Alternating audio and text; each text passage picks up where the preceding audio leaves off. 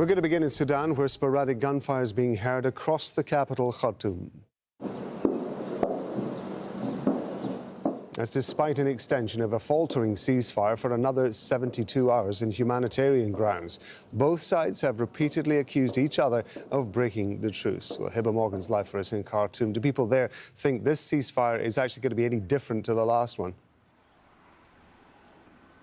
Well, people aren't paying attention, or they're not really optimistic about the fact that there is yet another ceasefire. They've seen how the previous ceasefires played out, with fighting in many parts of the capital Khartoum, like the northern part of the capital Bahri, as well as the city of Durman up until yesterday. So people aren't observing the ceasefire to see how it's going to play out. Instead, what they're doing is they're focusing to see when there are brief lulls of fighting for them to either be able to make it out of the capital or to try to get their basic commodities if the markets and shops are open.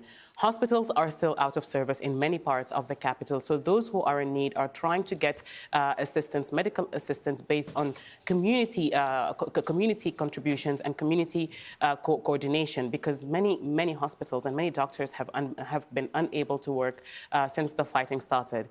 But the banks are still closed. Many institutions in the country has been closed. It was supposed to be the start of the working week yesterday, but because of the ongoing fighting, there has been indefinite holiday here in the capital Khartoum, while other states resume. People say that that's making their lives harder because they can't access money, they can't access financial institutions, and in many places they can't access hospitals or markets to get their basic needs.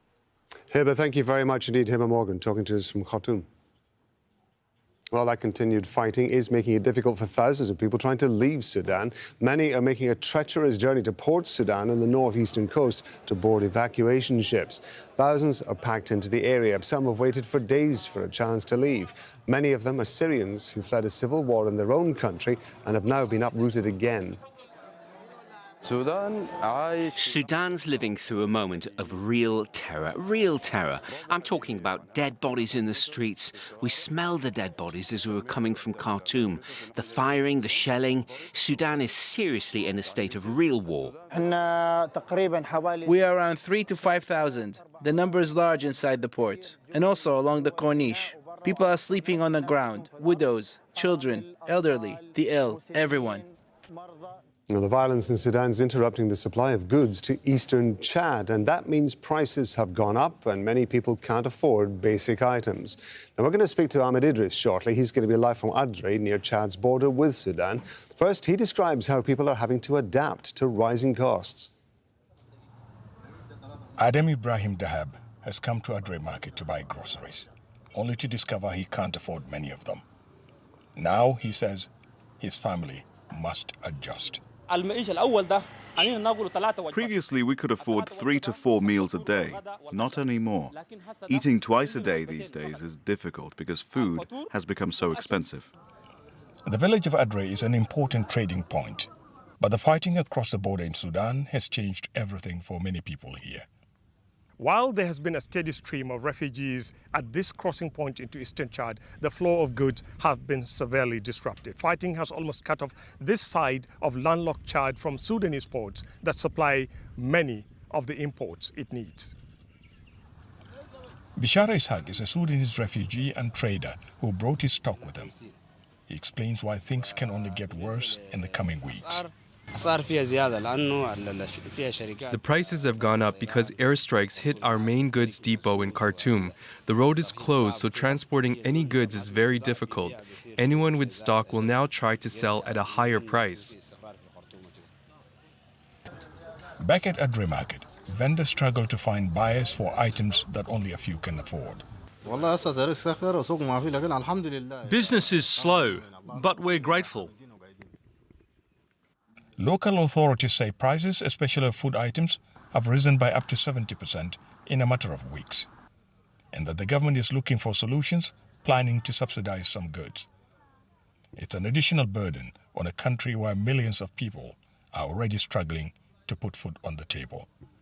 Ahmed Idris, Al Jazeera, Adre, Chad.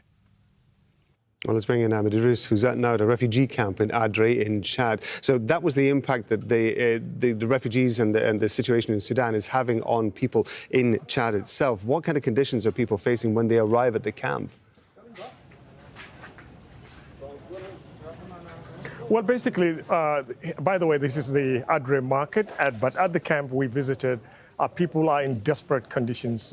More than 2 weeks after this flow of refugees started coming into eastern Chad, there is no single tent for anybody on all the camps we've visited so far. People are just living out there in the open. The lucky ones are taking shelter under the trees.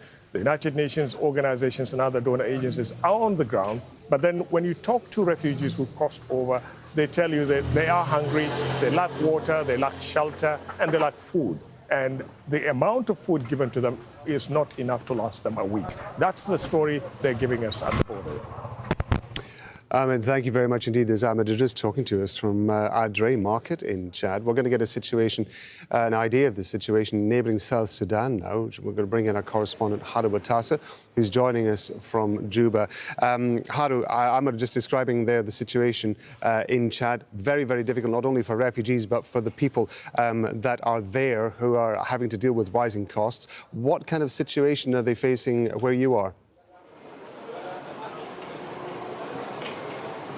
Well, the influx of people coming into South Sudan is putting a lot of pressure on scarce resources here. South Sudan has its own crisis. There's still violence in some parts of the country, and aid agencies say there's not enough money to help everybody. So what local businesses are doing, at least here in Juba, they are pooling their resources together. So you see in the shops they are collecting food and medicines, and these supplies are then taken to the local airport. They put onto cargo planes and taken to the border with Sudan to help people who are still stuck there.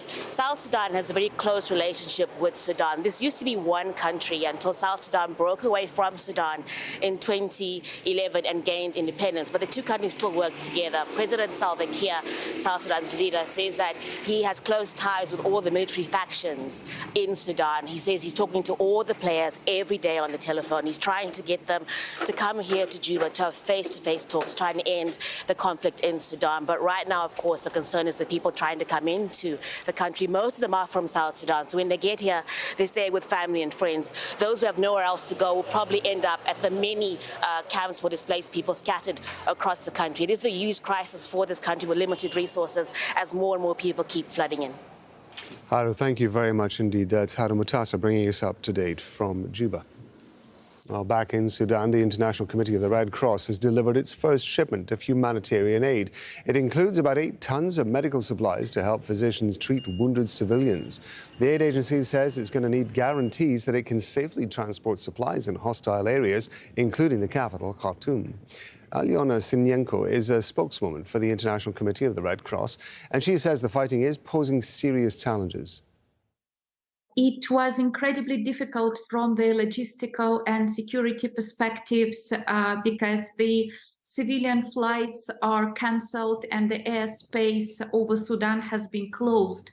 So it was incredibly difficult to find the way to bring the supplies into the country, and Port Sudan was the most appropriate place where we were able to bring this first shipment. But now even bigger challenge is lying ahead of us, because now we also need to ensure that these supplies can reach hospitals that are treating the wounded people on the front lines. And this is going to be hard.